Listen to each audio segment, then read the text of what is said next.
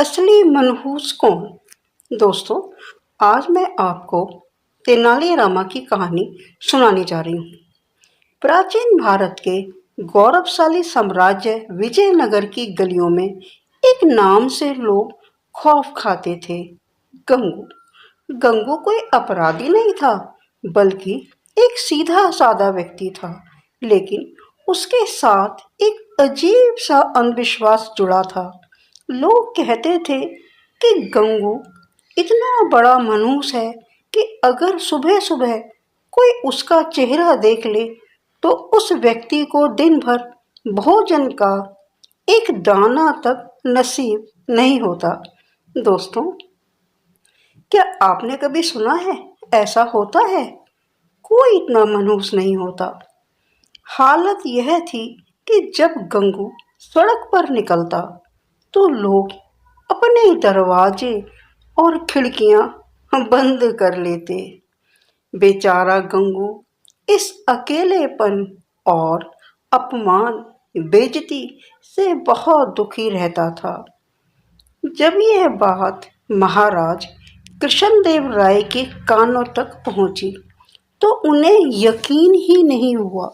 वे न्यायप्रिय और बुद्धिमान थे, लेकिन उनके मन में एक जिज्ञासा जागी।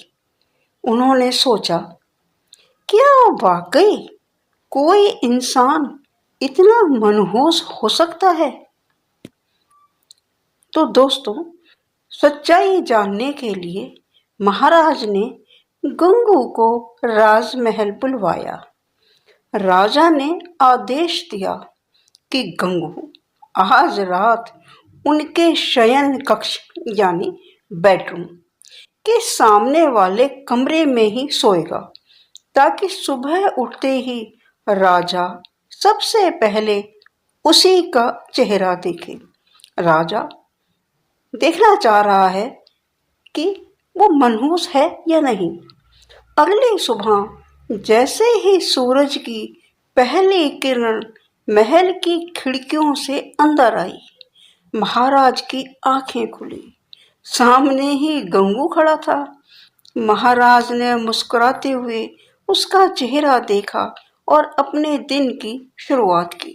लेकिन उस दिन किस्मत को कुछ और ही मंजूर था। जैसे ही महाराज नाश्ते के लिए बैठने वाले थे, तभी सीमा से एक संदेशवाहक आया कि पड़ोसी राज्य ने हमला कर दिया है। महाराज को तुरंत युद्ध कक्ष में जाना पड़ा। दोपहर हुई, भोजन की थाली सजी, लेकिन तभी राज्य के खजाने में गड़बड़ी की खबर आ गई।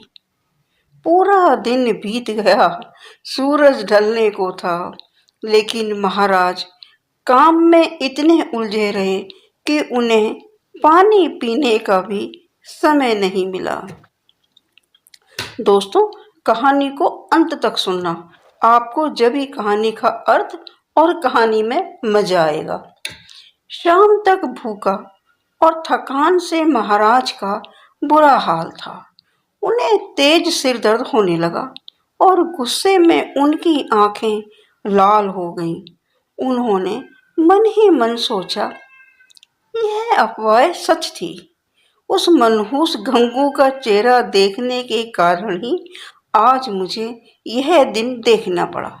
गुस्से में पागल होके महाराज ने आदेश सुना दिया।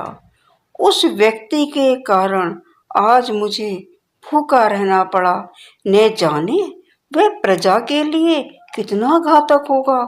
कल सुबह सूरज उगने से पहले गंगू को फांसी दे दी जाए, क्योंकि महाराज ने गंगू का चेहरा देखा सुबह उठते ही और महाराज को पूरे दिन खाना नसीब नहीं हुआ।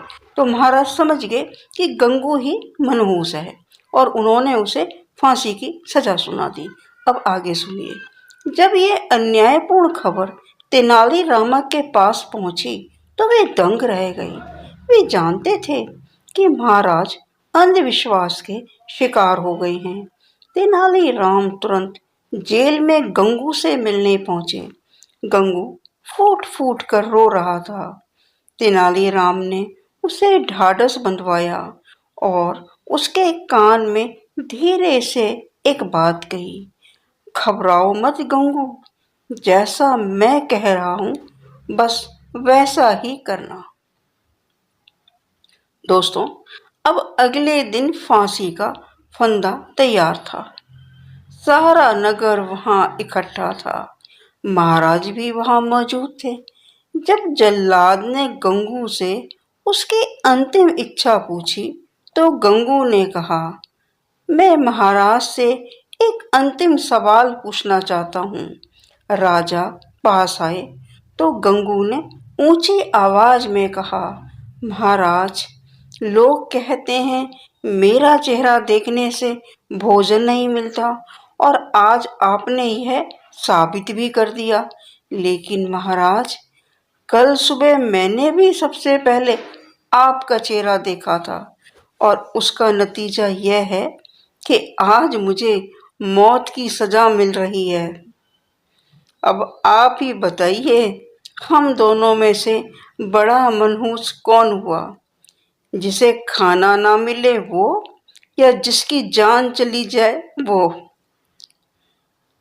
गंगू की यह बात सुनकर महाराज कृष्णदेव राय जैसे गहरी नींद से जाग गए।